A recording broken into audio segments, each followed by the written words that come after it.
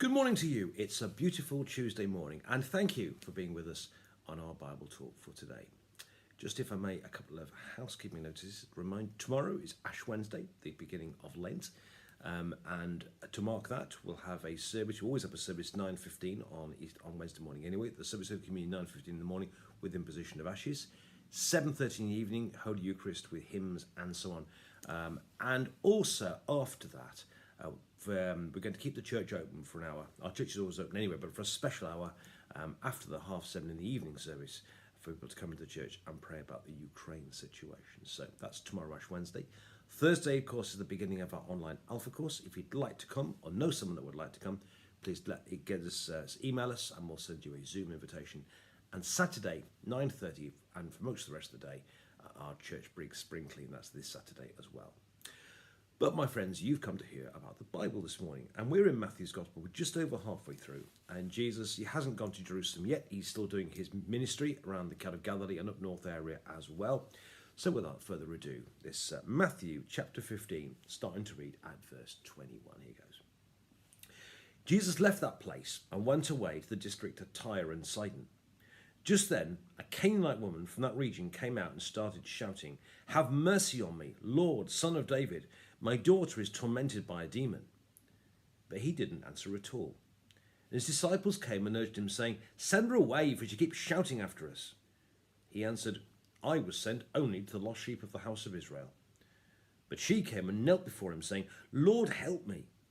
He answered, "It's not fair to take the children's food and throw it to the dogs."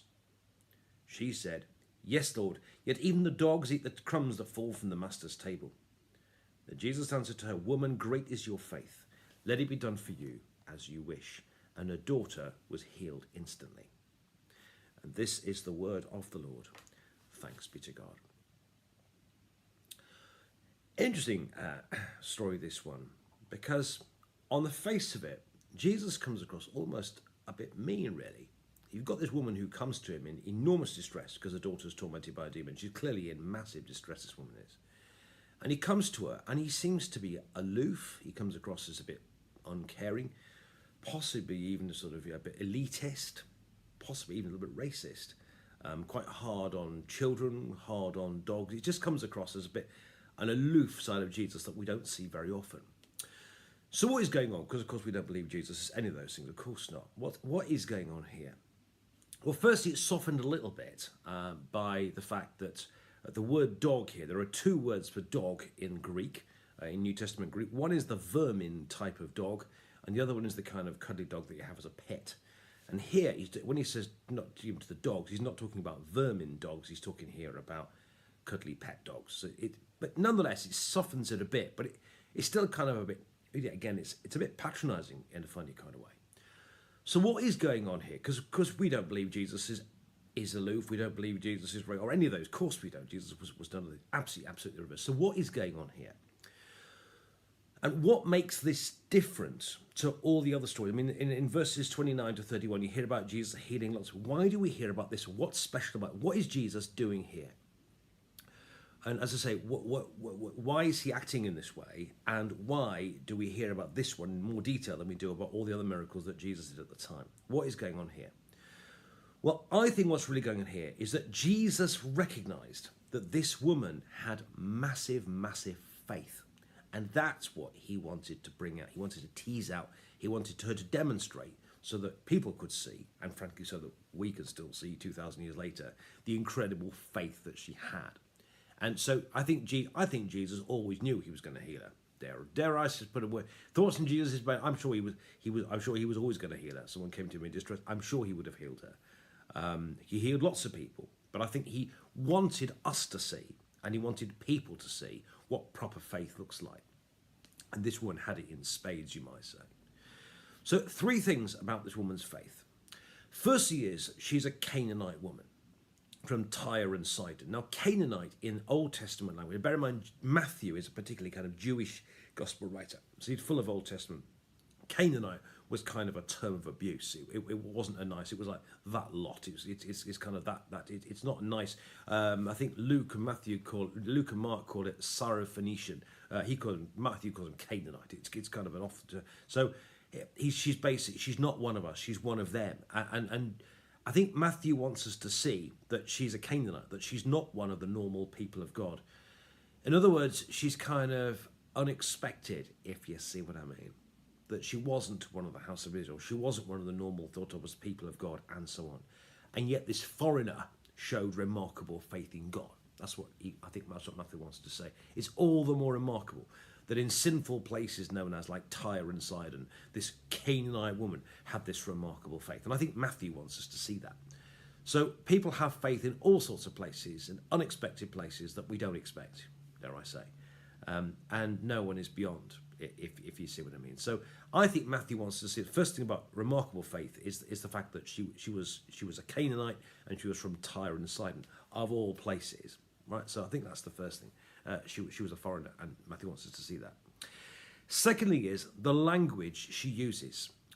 She doesn't just use the language of command. I mean, she was clearly in distress. She clearly wanted her daughter healed. But the language she uses is more than just the language you might use if you come to the doctor. She clearly recognises that even though she's a foreigner, that Jesus is clearly something very, very special about him. I mean, you don't say to a doctor who wants to heal your daughter, "Have mercy on me." You don't call them Son of David or Lord. These are strong words. This woman clearly recognised that Jesus was more than just a good bloke. And as I said, time and time again, like a record that's got stuck, by all the different miracles Jesus wasn't just doing a miracle, wasn't just doing conjuring tricks. He was demonstrating the fact that he's so much more than just a human being, that he's actually divine. And I think this woman here can see that. And that, as I said, even though she's a foreigner, the language she uses, as I say, was "have mercy on me," Lord, Son of David. These are words that you might use for somebody who is divine, somebody who's the Messiah. So she had remarkable faith in Jesus, that she could clearly see that Jesus was more than just a good bloke. And I think Matthew wants us to see that she could see that he was more than just a good bloke, if you see what I mean. But the last thing really is the kind of stickability of her faith. I mean, every time, and the first thing she comes on, she starts shouting, and the disciples kind of get Jesus trying to go, and Jesus kind of does nothing at all, and they're trying to get her to go away, but she kind of shouts all the more loud. She's not going to be outdone, and then she comes to Jesus, and she's just not going to let go, and she kneels at Jesus, "Have mercy on me, Lord." And he comes out with this thing about, not right to give food to the dogs and so on. But even then, she doesn't give up. But even then, she says, "No." But even the dogs, even the pet dogs eat what comes under the master's table. She is not going to be outdone. And I think Jesus wanted her to demonstrate, for we could all see the remarkable faith that she had a faith that was not going to let go. That she had stickability. To use a modern word, she had resilience. That her faith was a faith that was not going to let go. And I think actually that's what faith is. There's a massive lesson for us in this. People give up in faith far too easily. Actually, as my wife has a phrase, people do what they want to do. And faith needs to have a stickability about it, that it's not going to let go. And there's a great story in the Old Testament about Jacob in the book of Genesis. I forget what chapter it is. Now, I think Jacob wasn't a very nice chap, actually. In lots of ways, he cheated his brother, and he was just I think in lots of ways, not a very nice person. What he did have is he had a faith that wasn't going to let go. There's a story when overnight he wrestled with God, and he wrestled all night, and I will not let go, he says, until you bless me. And he went all night and wrestling with God. He was not going to let go until they've been blessed. And I think we need to get a faith like that, actually. That we need faith that will not let go. That we need to have faith that carries on.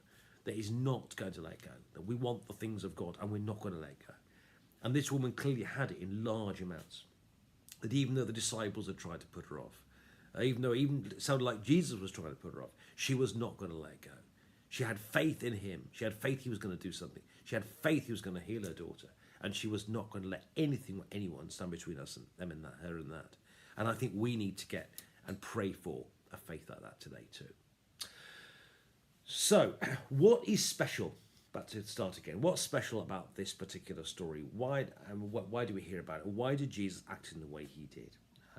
What makes this healing different from all the other ones that you hear about? And you'll hear about 3 or 4 of them tomorrow.